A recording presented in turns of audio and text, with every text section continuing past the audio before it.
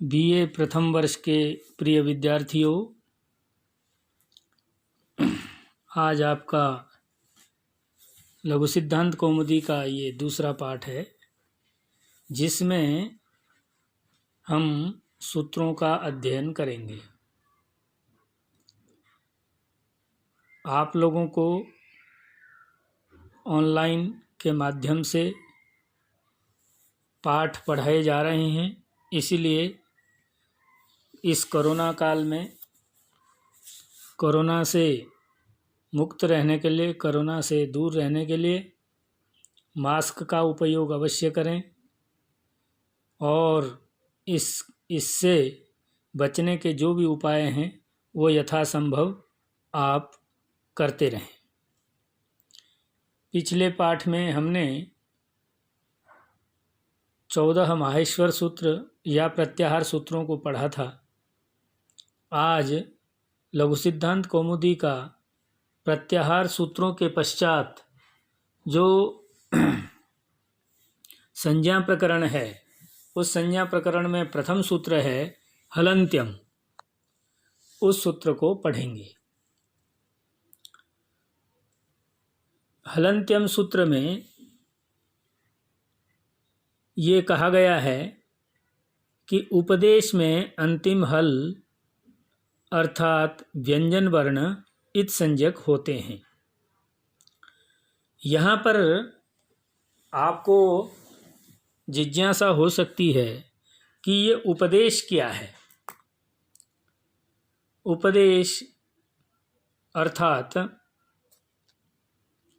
महर्षि पाणिनि, जो कि व्याकरण शास्त्र के प्रथम प्रवक्ता हैं, उनके 5 ग्रंथों को उपदेश कहा जाता है।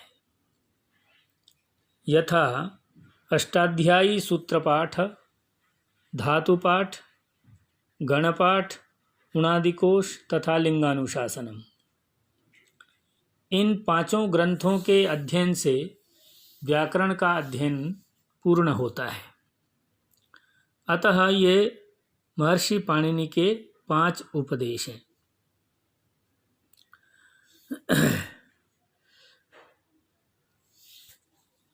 कुछ आचार्यों के अनुसार पाणिनि के उत्तरवर्ती आचार्य वार्तिककार कात्यायन तथा भाष्यकार पतंजलि के द्वारा रचित वार्तिकों तथा इष्टियों आदि को भी उपदेश के अंतर्गत रखा जाता है, जैसा कि व्याकरण संप्रदाय में प्रचलित कारिका में देखा जा सकता है। धातु सूत्र गणोणादि वाक्यलिंगानुशासनम आगम प्रत्यादेशा उपदेशा प्रकृतिता। प्रत्याहारों के विषय में व्याकरण संप्रदाय में 2 मत प्रचलित हैं। कुछ लोग मानते हैं कि ऐ उण आदि 14 प्रत्याहार सूत्र पाणिनि की सोपज्ञ रचना है, जबकि कुछ दूसरे लोगों का मानना है कि ये भगवान शिव की आराधना के फलस्वरूप पाणिनि को प्राप्त हुए हैं। अतः इन्हें पाणिनि के सूत्र न मानकर माहेश्वर सूत्र मानना उपयुक्त है। दूसरे पक्ष को स्वीकार करने पर अर्थात माहेश्वर सूत्र मानने पर उपदेश शब्द का अर्थ केवल पाणिनीय रचना को न मानकर उसमें माहेश्वर सूत्रादि का भी समावेश करना आवश्यक हो जाता है, जैसा कि निम्नलिखित कारिका में स्पष्ट किया गया है। प्रत्ययः शिवसूत्राणि आदेशा आगमस्तथा धातुपाठो गणपाठ उपदेशा प्रकृतिदा।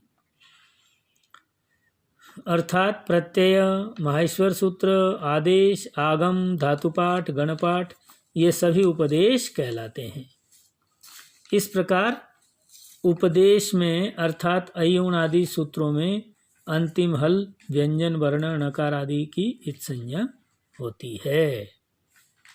ये हलन्त्यम जो सूत्र है, जो प्रथम सूत्र है, उसका अर्थ है।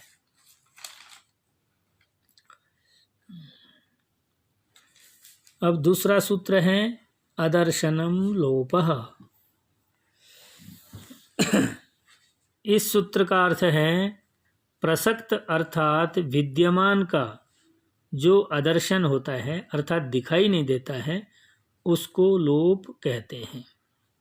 अर्थात जो वर्ण अथवा प्रत्यय आदि एक बार होने के पश्चात दिखाई न दे उसको अदर्शन या लोप कहा जाता है।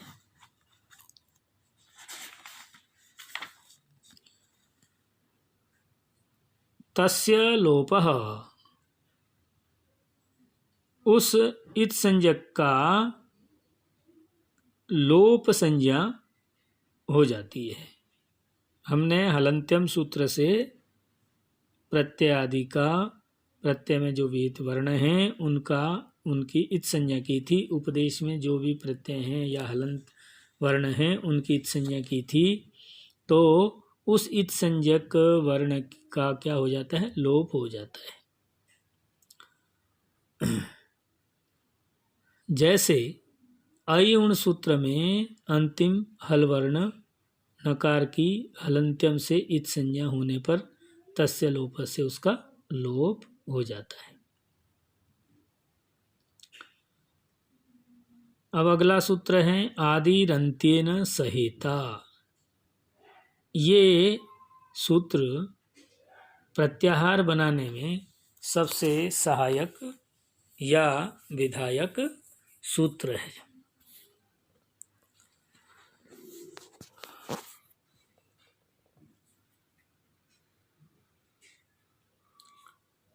इस सूत्र का अर्थ है आदि वर्ण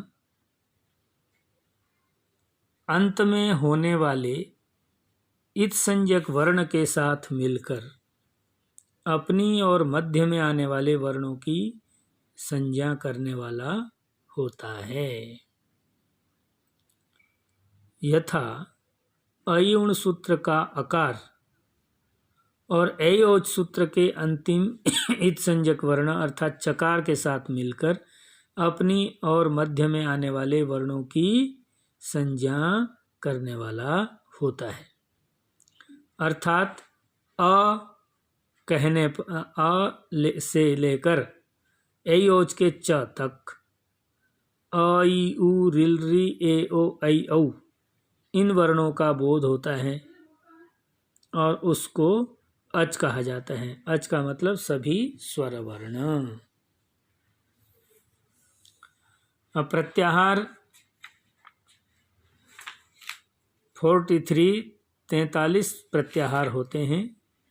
इन प्रत्याहारों को आपको जिस प्रकार ये हमने आदिरंत्येन सहिता सूत्र में अयुण, रिलरिक एवं अयोच इन 4 सूत्रों के माध्यम से बताया, तो उसमें जो है आप प्रत्याहार बनाना सीखेंगे।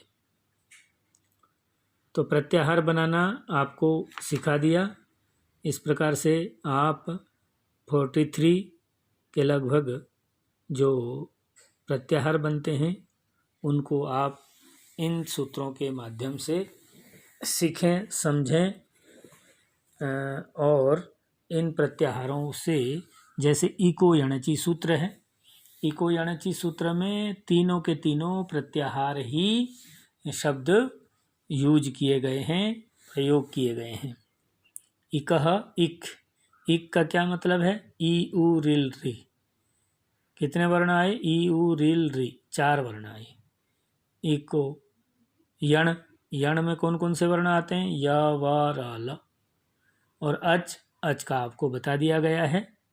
तो इको यणचि ये 3 के 3 जो शब्द हैं, ये तीनों शब्द ही प्रत्याहार से बनने वाले हैं, प्रत्याहार सूत्रों से बनने वाले हैं। और इन प्रत्याहार सूत्रों को समझने से अष्टाध्यायी सूत्र समझ में आते हैं। तो इन प्रत्याहारों को इन 14 सूत्रों से आप बनाना समझें और सूत्रों में प्रयोग करना सीखें।